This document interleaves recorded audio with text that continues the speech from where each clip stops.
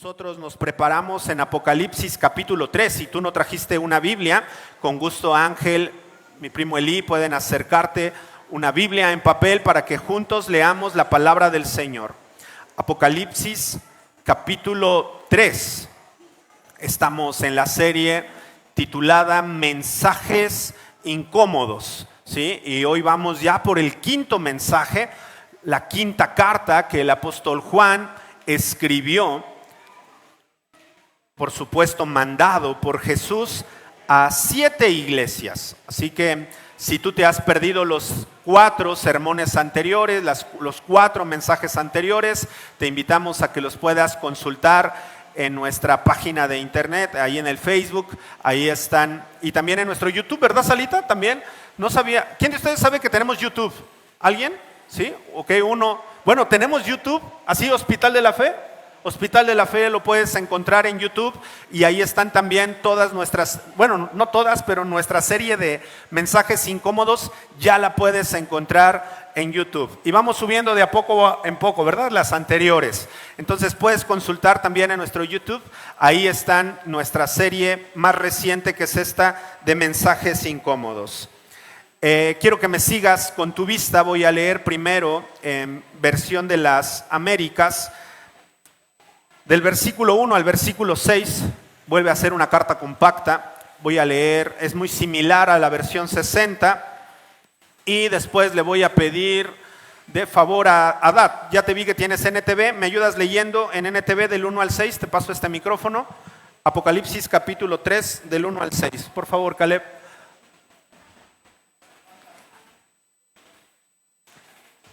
Muy bien, la palabra del Señor dice: escribe al ángel de la iglesia en Sardis, el que tiene los 7 espíritus de Dios y las 7 estrellas, dice esto: yo conozco tus obras, que tienes nombre de que vives, pero estás muerto.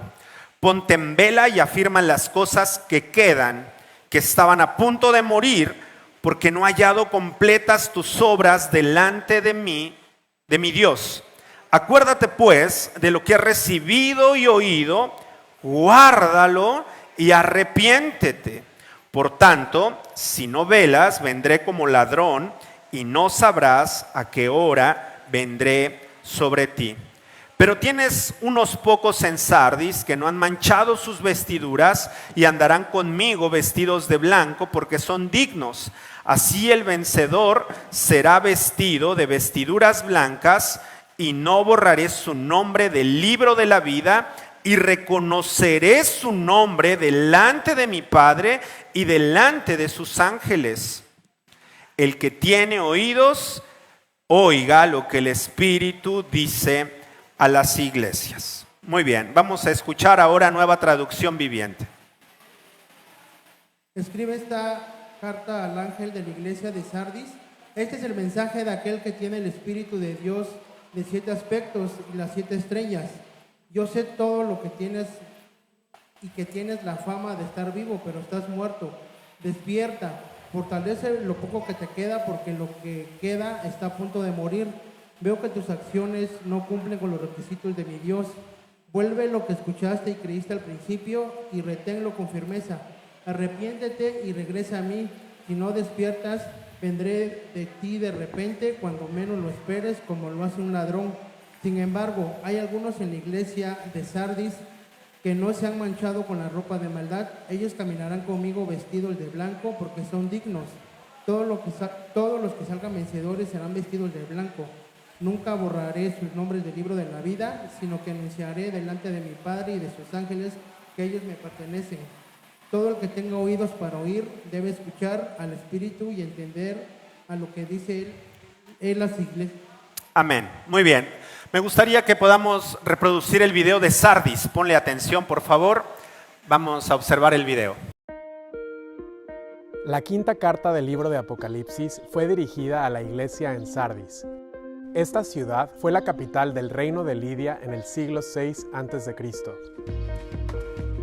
Poco tiempo después fue invadida por los persas, quienes tomaron control durante los siguientes siglos. En el año 340 a.C., Alejandro Magno liberó esta ciudad del dominio persa, convirtiendo a Sardis en una importante ciudad griega y más adelante del Imperio Romano. De las 7 ciudades, fue en Sardis donde se estableció la comunidad judía más extensa y próspera. Aún se conservan las ruinas de su enorme sinagoga, la cual fue la más grande después de la de Jerusalén. El Evangelio llegó a este lugar en el siglo I y el primer líder conocido de la iglesia de Sardis fue Melito, un cristiano de origen judío que fue famoso porque se atrevió a escribirle al emperador Marcos Aurelio pidiéndole que considerara cambiar los decretos en contra de los cristianos. Melito fue el primero en compilar los libros del Antiguo Testamento para la comunidad cristiana y de hecho fue él quien puso el término Antiguo Testamento. Junto a las ruinas se encuentra el pueblo de Sart, que cuenta con una población de 5.000 habitantes y en donde tristemente no hay ni un solo cristiano. Sart pertenece al distrito de Saligli en la provincia de Manisa al oeste de Turquía. La ciudad de Saligli se encuentra a 10 kilómetros de Sart y cuenta con una población de 80.000 habitantes. Desafortunadamente tampoco hay ningún cristiano aquí. Debido a lo fértil de la tierra, esta región vive de la agricultura y produce todo tipo de frutas y verduras. De la misma manera, estamos pidiendo a Dios que prepare la tierra espiritual de este lugar y abra camino para que el Evangelio vuelva a llegar aquí a Sardis.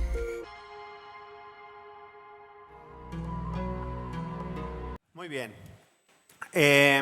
Llama la atención, si pudieron escuchar, que a diferencia de las 7 ciudades que estamos revisando, ya revisamos 5 y ahora estamos revisando la 5ª, en esta ciudad se construyó y al día de hoy sigue habilitada, así como tú ves en el video, la sinagoga más grande después de Jerusalén, ¿sí? Recuerda que la sinagoga era un templo judío y en esta ciudad se construyó y está muy bien conservada la sinagoga más grande después de Jerusalén en todo el imperio. Así que Sardis es una ciudad muy conocida en la zona porque también al día de hoy todavía hay algunas partes de la ciudad que tiene unas murallas, ¿sí? Que está amurallada. La ciudad en la parte alta está muy bien amurallada. Y de hecho estuve leyendo en la semana acerca de este tipo de arquitectura y había incluso un proverbio en los tiempos del Imperio Romano.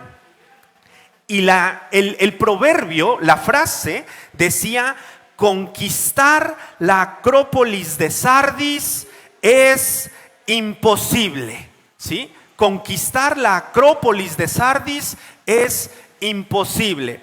Eso hacía alusión a que invadir la ciudad o franquear sus murallas, poder entrar a esa ciudad, era técnicamente imposible. Era un proverbio muy conocido.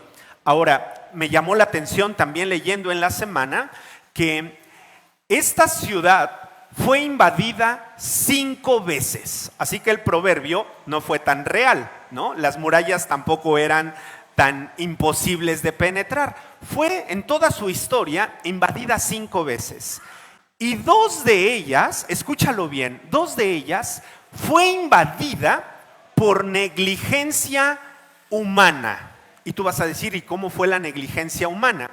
Resulta que el atalaya o vigía, que era la persona que tenía que estar atenta y bien despierta, así como ustedes están bien despiertos esta mañana, se quedó dormida, se descuidó, no prestó atención para mandar la alerta cuando se acercaban las tropas enemigas y los escuadrones que iban marchando hacia adelante, y eso ocasionó que por las zonas más obvias, por las puertas, pudieran entrar la incursión de los ejércitos enemigos.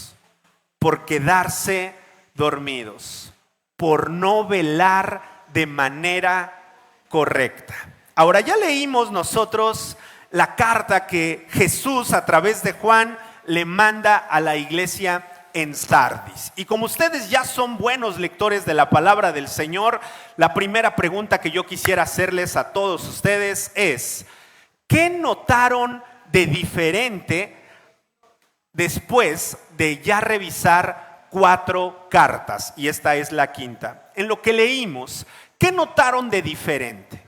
Ya ustedes deben percibirlo inmediatamente. Hay algo que salta a la vista. Luego, ¿qué notaron? Bere, yo sé que tú lo tienes, vamos.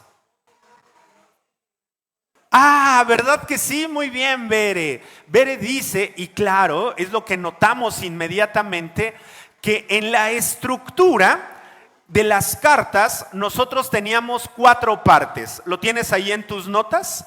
¿Cuáles eran las 4 partes en las que se componía una carta? Saludo, muy bien, saludo y presentación de Jesús. Esta es la primera parte, excelente, Vita. La segunda, reconocimiento, lo que está haciendo bien la iglesia, cómo yo lo puedo destacar, excelente. Tercer punto, exhortación o advertencia, lo que no está haciendo bien la iglesia, lo denuncio, lo señalo. Y lo cuarto, puede ser denuncia, arrepentimiento, porque iba conectada a la denuncia, arrepentimiento, la invitación. Y lo cuarto, ¿recuerdan cuál es la última parte de las cartas? ¿Alguien la tiene? ¿Tú lo tienes, Irving? No, yo no lo agarré, dice Irving. ¿Alguien recuerda cuál es la cuarta parte? Emiliano, ¿recuerdas cuál es la cuarta parte? ¿Alguien lo anotó? ¿Cuál es la cuarta parte? El cierre de las 4 cartas anteriores. ¿Cómo terminan las cartas anteriores? Vamos, por favor, no me desanimen tan temprano. ¿Cómo termina, Almita? ¿Cómo terminan? ¿Cómo terminan? ¿Cuál sería la cuarta parte de las cartas anteriores? La cuarta parte, anótenlo por favor, es la recompensa, ¿sí? Hay un premio, hay un reconocimiento de parte de Dios de decir, al que lo logre va a recibir esto, ¿sí? Por haberlo hecho de esta manera, tú vas a obtener esto. Así que esos son los 4 puntos por lo general que habíamos visto en las 4 cartas anteriores. Primero dijimos saludo y presentación de Jesús, perfecto. Segundo punto, reconocimiento, lo que está haciendo bien la iglesia. Tercer punto, exhortación, ¿no? O señalamiento de lo que no está haciendo bien la iglesia. Y cuarto, recompensas, ¿sí? Lo que va a Dios dar a esa iglesia de corregir su actitud. Y algo que nos dice Bere, que leyó muy bien, es que se pasa en el caso de Sardis del punto 1 al punto 3. Así que vamos por favor a leer qué está pasando en la iglesia de Sardis. Y escribe al ángel de la iglesia en Sardis. Ya hemos visto que el ángel podría ser tomado como el líder de la iglesia, el pastor de la iglesia o también el espíritu de la iglesia. Hemos visto que hay diferentes hipótesis respecto a entender el ángel de la iglesia. El que tiene los 7 espíritus de Dios y las 7 estrellas dice esto. Alguien que puede tener los espíritus, pero también las 7 estrellas, es decir, las 7 iglesias en su mano, ¿sí? Esta presentación representa el accionar del Espíritu Santo como ha sido enviado por Jesús a las 7 iglesias.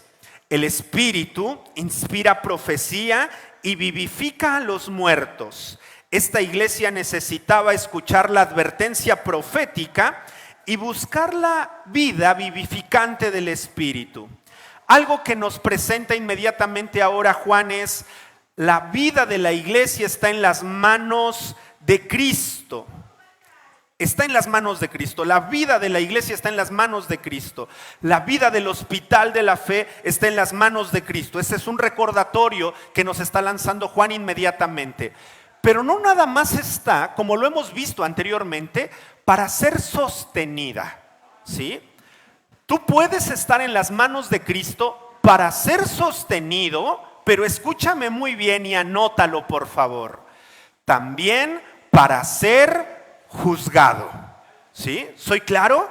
Puedes estar en las manos de Cristo, sí para ser sostenido, pero también para ser confrontado, pero también para ser señalado, también para ser animado a que recobres otra vez el buen camino. Así que vuelve otra vez Jesús con el señalamiento: yo conozco tus obras. Él las conoce, no hay algo escondido o imposible, no hay un punto ciego para nuestro Señor. Pero aquí viene la denuncia: tienes nombre de que vives, pero estás muerto. Fíjate cómo dice Nueva Traducción Viviente, para los que la tienen ahí: yo sé todo lo que haces y que tienes la fama de estar vivo, pero estás, ¿qué? Muerto. Estás muerto. ¿Qué les ha llamado la atención de esta carta? Mira, inmediatamente ha saltado el escritor a través de Jesús mandando este mensaje y no hay ningún reconocimiento. ¿Sí? No hay algo que Jesús diga: lo hiciste muy bien, iglesia, fabuloso, mira estos aspectos. ¿Recuerdas hace 8 días el mensaje? 4 áreas que estaban destacando. ¿Alguien las recuerda? ¿Tiene buena memoria? ¿Cuál es lo que hace 8 días? Bueno, nosotros lo vimos, pero no así en las cartas de Juan. ¿Qué es lo que le estaba aplaudiendo a la iglesia en Tiatira? ¿Recuerdan? 4 cosas. ¿Su qué? Servicio. ¿Qué más estaba aplaudiéndoles? ¿Su qué? Sus obras. ¿Qué más les estaba aplaudiendo? Su amor, sí, claro. ¿Qué más estaba aplaudiéndoles? ¿Su qué? Su fe. Perfecto. Hay un reconocimiento de Jesús que hemos venido viendo en las iglesias anteriores, pero ahora no hay ese reconocimiento. Lo que está diciendo de una manera clara la Escritura es: tienes nombre de que vives, pero estás muerto. ¿No te parece? Yo pienso que esta debe ser la carta más dura y más triste de las 7. No hay algo que yo pueda destacarte. Ahora, ¿no te llama la atención? ¿Por qué en una ciudad, como nosotros vimos el video, donde se construyó el templo judío más grande después de Jerusalén, no se lo reconoce Jesús? ¿Por qué no les está diciendo Jesús: ¡hey! Muy bien, mira qué templo tan bonito construyeron! Porque todavía 2000 años después hay vestigios. Hay una ruina, hay una zona arqueológica donde está muy bien diseñado este templo, este santuario, esta sinagoga. ¿Por qué Jesús no les dice: qué bárbaros, les quedó bien bonito ese lugar? ¿No les parece también que, a diferencia de las otras 4, porque algo que nosotros hemos visto, que las 4 anteriores iglesias estaban sufriendo algo? ¿Qué sufrían? Persecución, ¿verdad que sí? Y ahora parece que aquí en Sardis no hay persecución. Parece que en esta ciudad no hubo una resistencia de la ciudad, no hubo oposición de la ciudad. Y entonces Jesús dice: yo sé lo que ustedes hacen, yo sé cómo viven. Tienes un nombre de que estás vivo. NTV dice: hay fama de que vives. El problema es que estás, ¿qué? Muerto. Y la pregunta de este mediodía para nosotros, escríbelo, es: ¿cómo identificas una iglesia que muerta? Esa es la gran pregunta de este mediodía. ¿Cómo se identifica una iglesia muerta? ¿Cómo? Porque en apariencia, algo que solamente Jesús puede reconocer dice, hay fama. Para los humanos, tú estás vivo, pero para mí, tú estás, ¿qué? Muerto. Los demás te reconocen como una iglesia viva.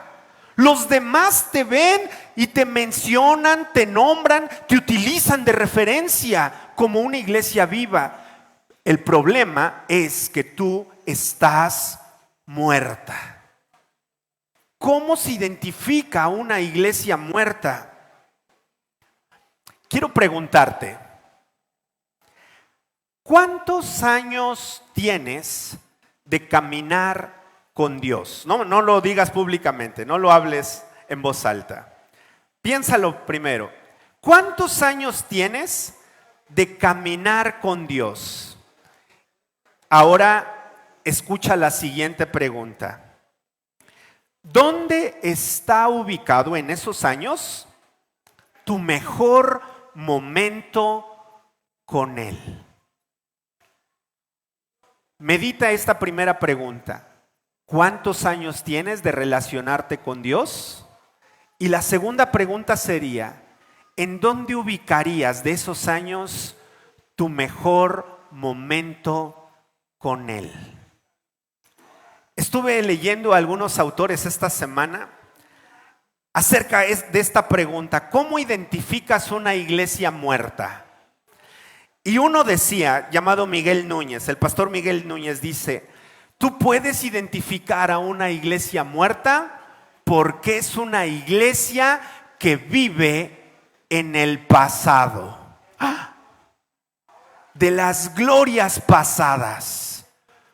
Tuvimos tiempos gloriosos, había un coro de tantas voces, salíamos a evangelizar a diferentes lugares, hacíamos campañas de oración monumentales, no nos quedábamos callados, hacíamos. Dice el pastor, puedes reconocer una iglesia que ha muerto porque es una iglesia que vive en el pasado. Una iglesia que se conforma con sus recuerdos. Dice Eclesiastés, no es muy brillante que una persona diga los tiempos pasados fueron mejores. No es muy brillante porque para muchos de nosotros ese es nuestro consuelo.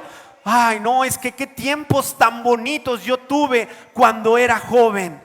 Qué tiempos donde yo podía salir y compartir mi fe con otros. Qué tiempos donde yo hacía campamentos y yo participaba en ellos. Qué tiempos donde yo pude hacer esto. Y dice este pastor, vives en el pasado, posiblemente sea un síntoma de que perteneces a una iglesia moribunda, que está muriendo. Él también habla acerca de la apatía y la indiferencia. Identificas a una iglesia que está muriendo cuando es una iglesia apática, indiferente a Dios, a las necesidades de mi entorno, de mi iglesia, de mi prójimo, donde pues cada quien que le haga como pueda, no es asunto mío, yo no me lo busqué, es su bronca. Donde esta apatía y esta indiferencia por mi Señor y por la vida del otro es muy notoria. Puedes identificar a una iglesia que ha muerto cuando hay rencor, decía él en esta lista. Como a veces pensamos que el rencor pues es ajeno a mi vida con Dios. Pero él decía, puedes identificar si de repente te está costando mucho trabajo perdonar, si estás viviendo en la dimensión de perdono, pero no olvido. Puede ser un síntoma muy importante de saber si estás muriendo. A la pregunta, ¿dónde está ubicado tu mejor momento con el Señor? La respuesta de todos nosotros debiera ser hoy. Hoy es mi mejor momento con el Señor. Porque si nosotros lo estamos situando en el ayer, posiblemente también tengamos problemas en nuestra relación con el Señor. Posiblemente estamos siendo como la iglesia de Sardis. Ahora, bíblicamente, según el texto, ¿qué es una iglesia muerta? ¿Cómo se identifica una iglesia muerta? En primer lugar, es una iglesia que puede hacer cosas. Fíjate lo primero que está diciendo Jesús a través de Juan: yo conozco tus obras. No significa que una iglesia muerta no hace cosas o está nada más cruzada de brazos. Puedes estar haciendo cosas, pero eso no significa que estés viva. Puede ser que tengas una vida de iglesia dinámica. Puede ser que estés lleno de cargos, de responsabilidades, que asistas en la semana a las actividades y estés haciendo algo, pero eso no significa que estés vivo. Estudiar esta semana el texto me trajo serios conflictos, porque muchos de nosotros medimos nuestra relación con Dios a través del, anótalo, activismo. ¿Estoy bien con Dios? Tengo muchas actividades en la vida de la iglesia y pienso que estoy bien con Dios. Pero algo que le está diciendo Jesús a la iglesia de Sardis es: haces muchas cosas, conozco tus obras, las conozco, no me son ajenas, pero estás muerto. A pesar de que estés haciendo. Hoy nosotros nos imaginamos que un muerto espiritualmente solamente está sentado viendo la televisión, pero no. La denuncia a la iglesia de Sardis es: puedes estar haciendo cosas. ¿Y sabes qué? Puedes incluso estar construyendo templos. Eso es tremendo. Eso es incómodo. Podemos estar haciendo muchas obras materiales. Podemos tener mucha vida de iglesia, pero estar muertos. A veces cuando escucho a algunos hermanos, hermanas y me dicen: Eliel, es que no sé por qué me está pasando esto si tengo una vida con Dios fuerte y activa. Yo les pregunto: ¿cómo identificas la vida con Dios fuerte y activa? Voy el miércoles al estudio bíblico, me reúno de manera virtual, estoy ahí puntualmente para la vida de la iglesia el domingo. Tengo una vida de Dios, tengo una vida con Dios activa. Algo que nos puede recordar Sardis es que tener una vida de actividades eclesiástica, dominical o de templo, no es lo mismo a tener una relación con Dios viva. ¿Cuánto hemos leído su palabra en esta semana?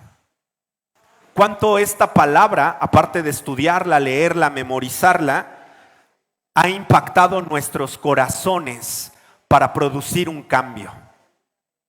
¿Cuánto hemos buscado a nuestro Señor a través de la oración? ¿Cuánto hemos dedicado de tiempo para nuestras disciplinas espirituales? No nada más es una iglesia que hace cosas. Sardis, fíjate, también es una iglesia que tiene un nombre, ¿sí? Tiene su nombre. Fíjate lo que dice la Escritura: que tienes nombre de que vives, ¿sí? Es decir, eres mencionada, tienes fama, dice NTV, de que eres una iglesia viva, ¿sí?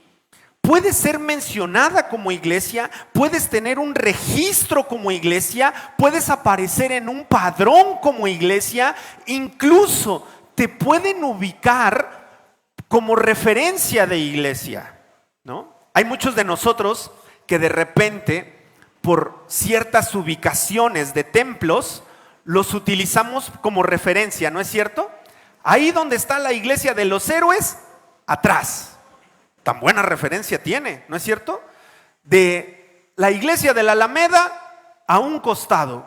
Qué buena referencia, ¿no es cierto? Ojalá que cuando el Señor nos dé un terreno al Hospital de la Fe, nos lo dé muy bien ubicado, ¿verdad que sí? ¿Te gustaría que estemos bien ubicados?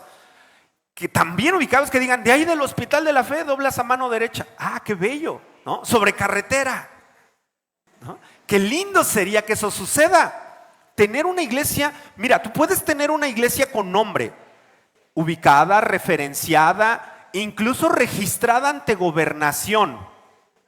Tener el nombre, podemos estar afiliadas incluso ante una denominación o una iglesia nacional, como no es nuestro caso. Pero eso, dice Jesús, no significa que estés vivo. Qué duro, porque a lo mejor muchos de nosotros decimos, ya dimos otro paso como Hospital de la Fe, ya no solamente somos misión, ahora ya somos congregación, y si seguimos avanzando vamos a ser iglesia. Pero la pregunta que tendríamos que hacernos esta mañana es, para Dios, ¿seremos una iglesia viva? ¿Para el Señor vamos a ser una iglesia viva? ¿O nos va a decir, pues tienen un buen registro, tienen un buen nombre, mira qué linda denominación, pero no hay vida?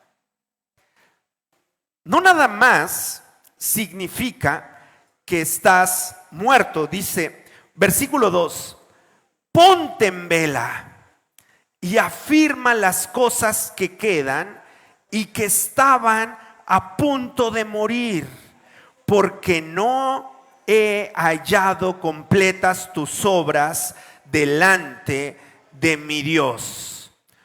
Ponte en vela, despabilate, estás aletargada, estás dormida, pero despierta, despierta. Mira, el despierta no nada más es abre los ojos. El despierta de Jesús es, haz algo, ¿no es cierto? Haz algo. Esa es la idea de Jesús diciendo despierta. O sea, no es decir, estoy bien muerto, pobre de mí, lo que me espera. Despierta. Haz algo, por favor, haz algo.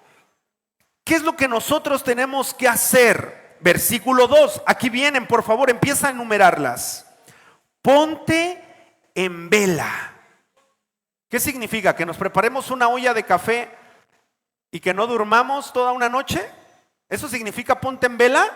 No, ponte en vela es atento, atento, ¿sí? No vivas la vida como si no está pasando nada. Atención, ponte alerta, ponte en vela. Afirma las cosas que quedan, ¿sí? Dice NTV, fortalece lo poco que te queda, ¿sí? Porque hasta lo que queda está a punto de morir. Es decir, de lo que estás haciendo, afírmalo, ¿sí? Lo bueno que sí está pasando en tu vida, afírmalo, complétalo, atiéndelo. Y aquí es donde viene también esta idea, porque no he hallado completas tus obras delante de mi Dios. Hasta parece que los de Sardis eran mexicanos, ¿no te parece? Ese espíritu mexicano de iniciar algo y no terminarlo. Les cuento, pensando esto, lo primero que vino a mi mente cuando leí esta frase fue mi bici estática. ¿Sabes qué función le doy a mi bici estática hoy por hoy? Ustedes también, ya los descubrí. Yo dije, ¿por qué la tengo de perchero? Completa tus obras. Yo dije, con razón lucho con los triglicéridos, pues mira mi bici.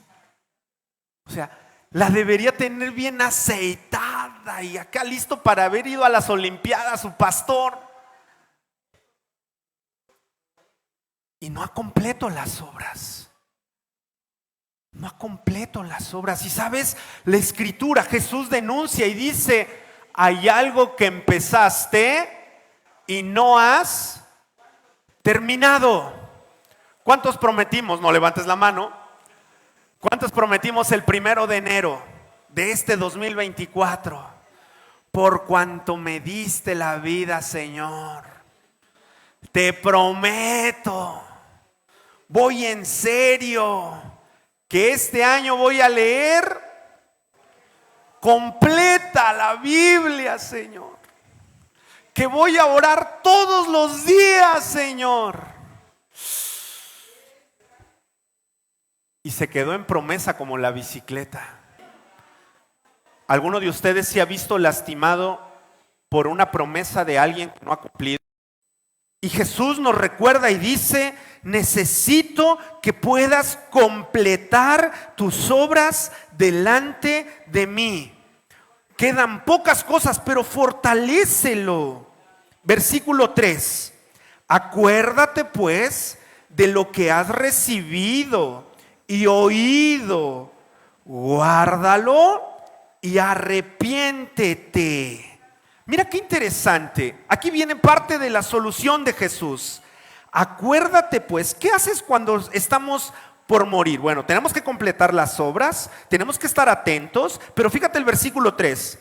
Acuérdate pues de lo que has recibido y oído y guárdalo. Muchos de nosotros no somos nuevos en la vida de fe. Muchos de nosotros sabemos lo que la palabra de Dios dice para poder vivir de una manera acorde a su voluntad. Muchos de nosotros ya sabemos. Y mira, a mí me encanta esta idea de Jesús de lo práctico. Porque Jesús no está diciendo, como están bien muertos, iglesia, váyanse a terapia intensiva y que les pongan, ¿cómo se llaman?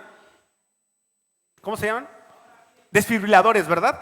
Y que les pongan las plaquetas para que puedan, ¡pum!, rápido, puedan revivir. ¿O saben qué? Tómense un curso intensivo en este instituto para que rápido ustedes vayan avanzando. No está diciendo eso Jesús. Jesús dice: recuerda, acuérdate, vuélvete a lo que escuchaste y creíste al principio y reténlo con firmeza. Y reténlo con firmeza. ¿Sabes qué me sorprende? Seguramente tú recuerdas, si hemos tenido algún tiempo de charla, de acompañamiento, en algún momento de tu vida, en algún problema, cuando de repente yo estoy en consejería con algunos hermanos y me están contando sus problemas, sus preocupaciones, sus crisis, sus situaciones. Por lo general, después de escucharlos, yo les pregunto: ¿qué te dice la Biblia al respecto? ¿Qué te dice la Biblia al respecto? Y muy increíble, me sorprende que la mayoría tiene muy claro lo que la Biblia dice que debemos hacer ante tales situaciones. Y yo les digo: ¿y qué les parece si lo hacemos? Eso que tú ya sabes que Jesús te está invitando a hacer, ¿qué te parece si lo haces realmente? Y a mí me encanta pensar que la iglesia no necesita más cursos muchas veces, no necesita posgrados en teología, que qué bueno que los tomemos, por supuesto, no me malentienda, yo soy alguien que ama que la iglesia se pueda capacitar, yo soy alguien que busca constantemente capacitarme, pero algo que nos recuerda Jesús es: vuelve al principio, vuelve al principio, la fórmula, la base, los pilares de la fe, retómalos, lo que tú sabes, lo que tú conoces, el camino que tú ya transitaste, por donde tú comenzaste, vuelve ahí. No te estoy pidiendo algo extraordinario, como comenzaste, como me buscabas, como cuando era tu primer amor. ¿Recuerdas que le dijo a la iglesia en Éfeso? Así. Vuelve al principio de lo que escuchaste y creíste. que Jesús lo puede hacer, que la vida en Cristo, en la cruz del Calvario nos fue otorgada, que por cuanto Él murió, pero también resucitó, nuestra vida debiera ser diferente. ¿Qué acaso no eso es el Evangelio? ¿Que no la buena noticia de Jesús es que todo a través de Él es posible? Incluso una vida nueva para muertos vivientes. Que no tenemos que estar cargando nosotros el yugo de la condenación y del pecado, sino que Cristo nos ha traído vida y oportunidad. ¿Qué no es eso el principio? Tristemente, cuando nosotros vamos avanzando, hay tantas veces que nos vamos apartando de ello. El año pasado, que fue tan doloroso para mí, hubo meses donde venían crisis emocionales e incluso de fe a mi mente y mi corazón. Y recordar esta frase, vuelve a lo que escuchaste al principio, es la estrategia de Dios para nosotros. Vuelve a tus raíces de la fe. Si no despiertas, vendré a ti de repente, cuando menos lo esperes, como lo hace un ladrón. Y Jesús nos contó una historia, ¿verdad? Puedes anotarla, por el tiempo ya no la voy a leer, pero Mateo capítulo 24, Lucas capítulo 12, la vas a leer en casa. Pablo la va a retomar en Primera de Tesalonicenses capítulo 5, anota por favor, Mateo 24, Lucas 12, Primera de Tesalonicenses 5. Y algo que nos ha recordado Jesús es que no es que Él sea un ladrón, porque el ladrón es Satanás, ¿no es cierto? Que no es invitado y se mete, eso dice la Escritura. La figura que está utilizando Jesús como ladrón es cuando nadie lo espera.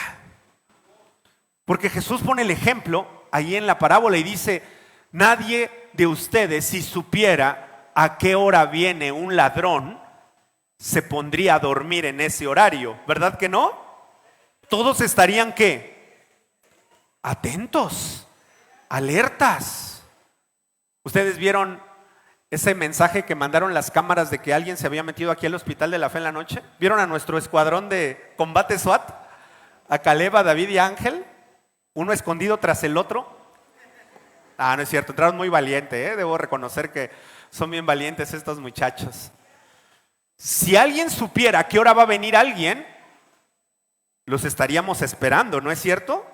Con una cálida bienvenida.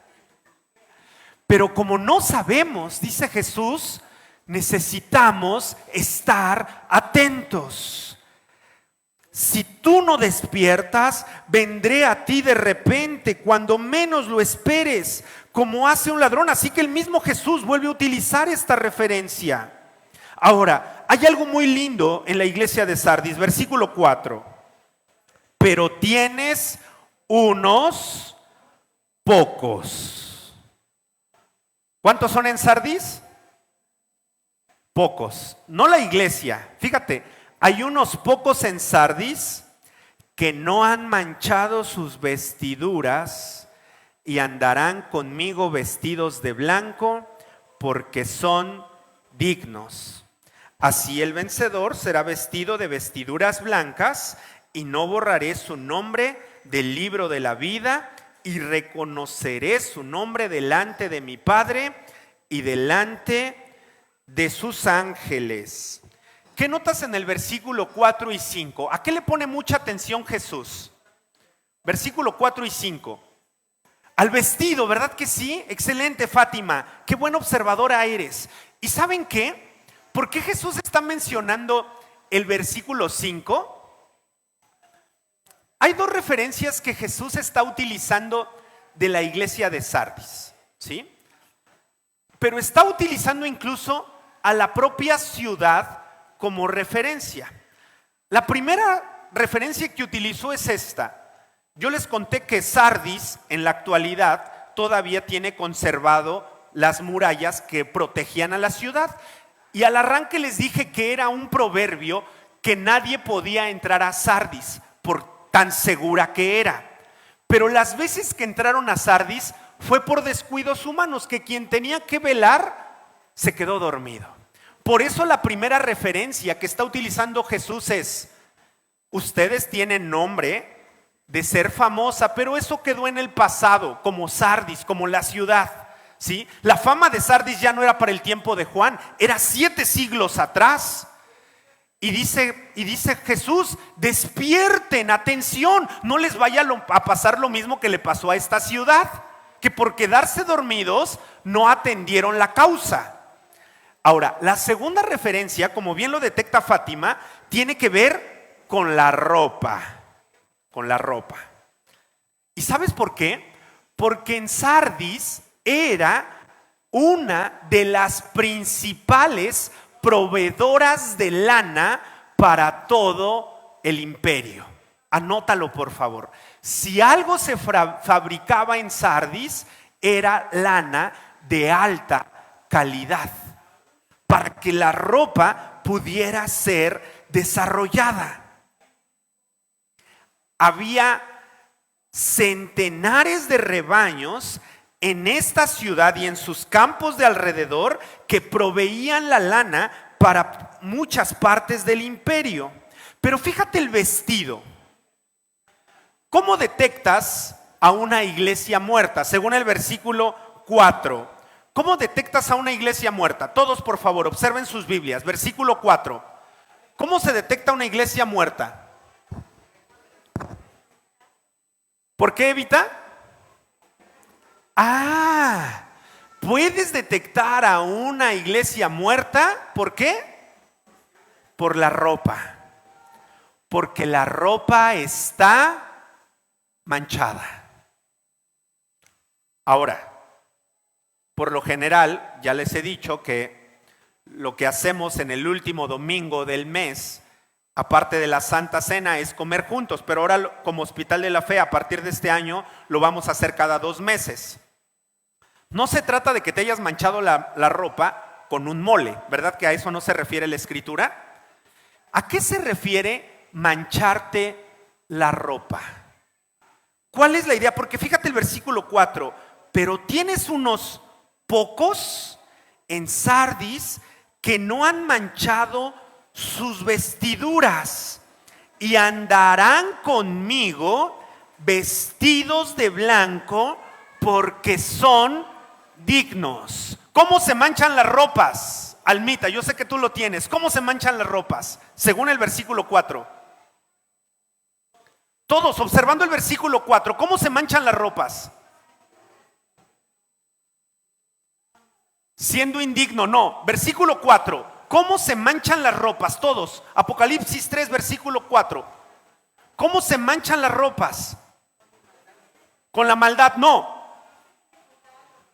Que no se tiene cuidado de lo que hacemos, no. Según el versículo 4, observen el versículo 4. ¿Recuerdas a tu tocayo, Enoc?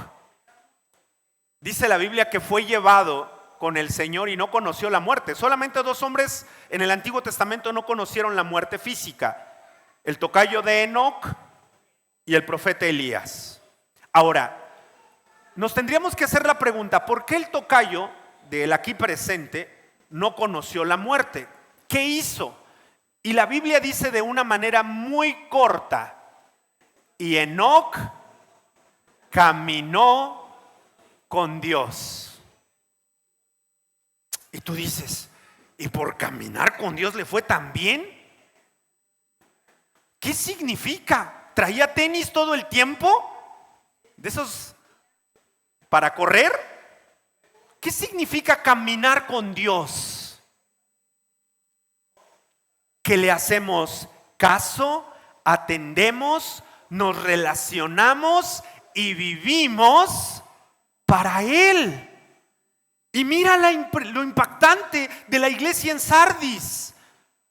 No todos, poquitos tienen una ropa diferente. ¿Cuál es la ropa diferente que les promete Jesús?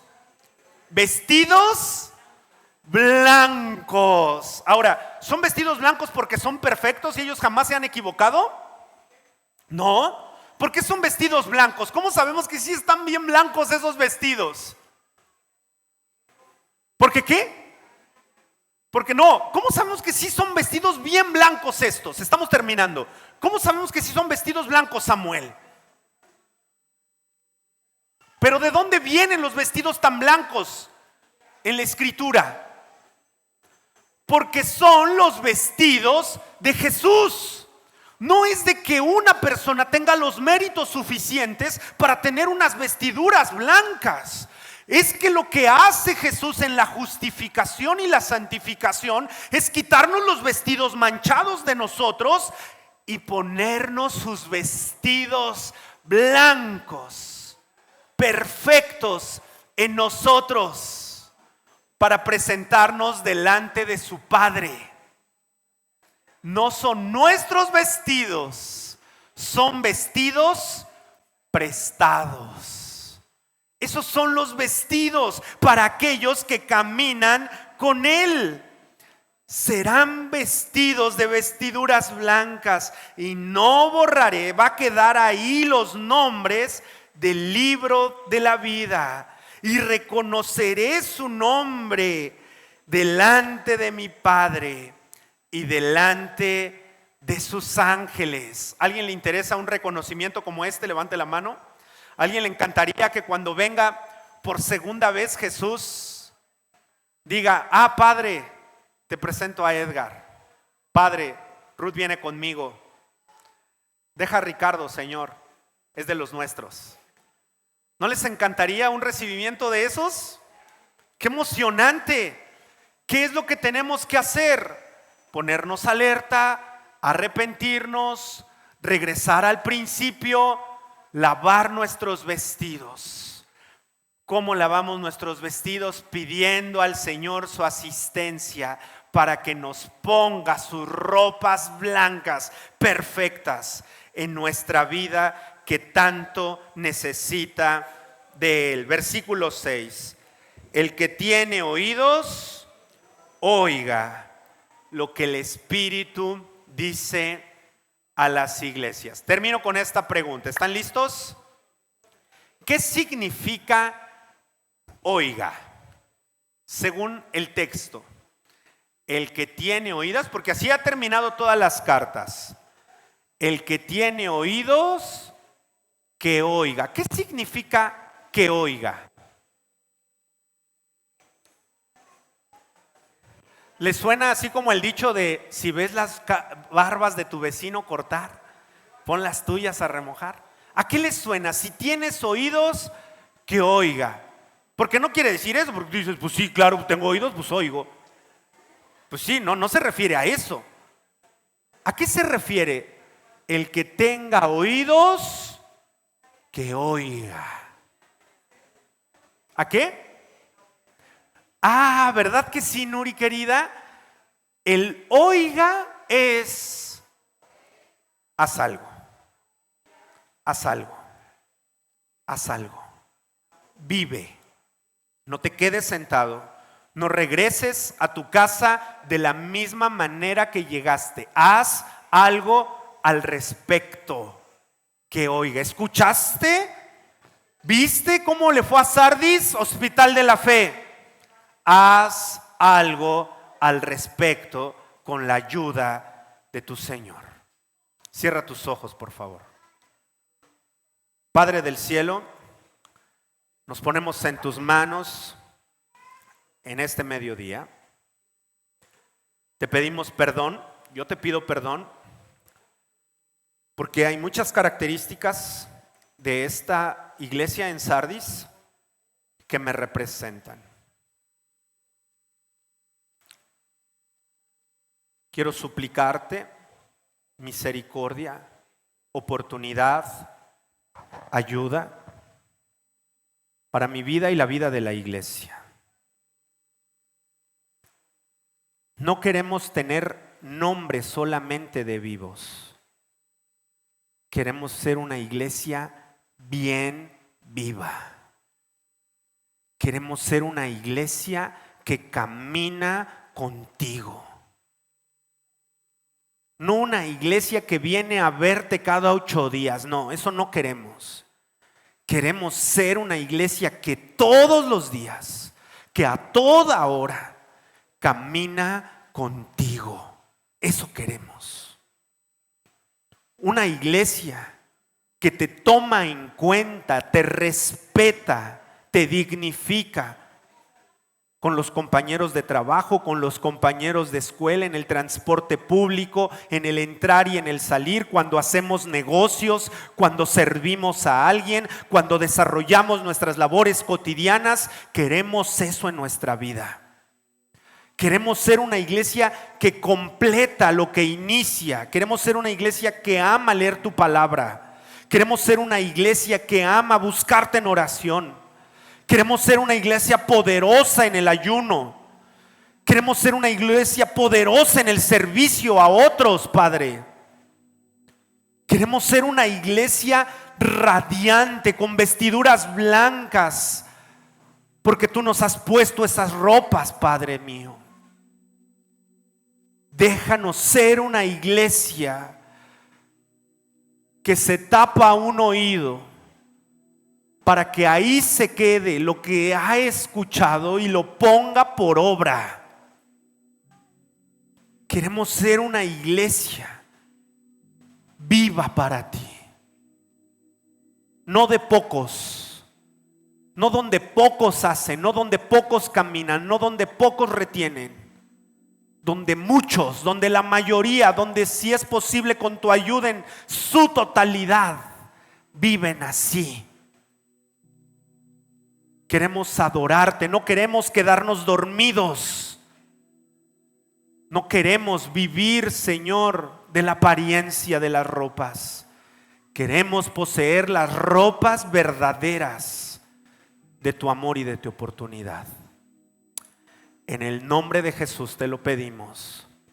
Amén y amén. Por favor, avisen a los pequeños que vamos a tomar la cena del Señor.